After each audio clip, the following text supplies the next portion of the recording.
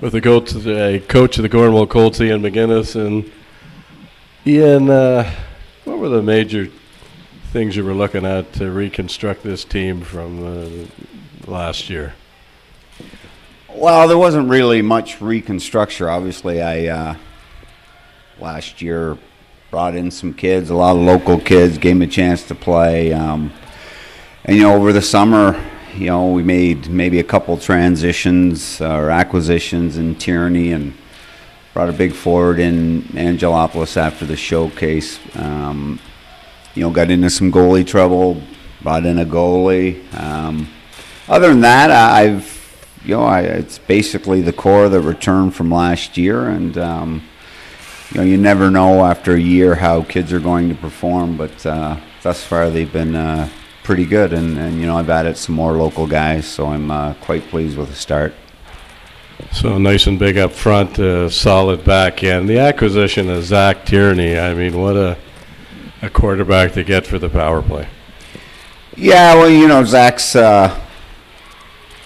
he brings a lot of elements. Obviously, the defensive side of his game is what he needs to work on. But he's been a year in the league. Offensively, he's just fun to watch, and he can really play. But we're putting him out in all the situations, so he's learning how to play both ends of the rink, and he's obviously been very good thus far. Power play, at the looks of it, the beginning of the year looked like it was going to be very, very significant. I don't see the numbers to date, but instead of adding a fourth forward, you previously had adopted a third defenseman, added Cal Hofford into the mix. Is that just to set up another shooting lane? Well, there's, with Tierney and young Ross Craig, who's just committed to Colgate, both players, so I wanted them both on, and obviously Cal with a shot, he had to be there too. But I've been playing with it. I haven't spent much time on the power play. That's normally easy for me to fix. I've been looking at the other side, the man down, which has only been okay over the years, but been very good thus far this year. So we're winning games without a power play, so I'm okay with that thus far. We'll get a power play figured out. Yeah, 22 goals against in 12 games. I mean, what a solid defensive start. Now, you talked about goaltending, and all of a sudden you had a goaltending issue to begin the season. How do you acquire from the number one team in the country, the Trenton Golden Hawks, a goaltender of the standard that you've got? It's does a gentleman from they used to play with the Cornwall Royals that almost had 300 points in 82, 83, know that much about goaltending?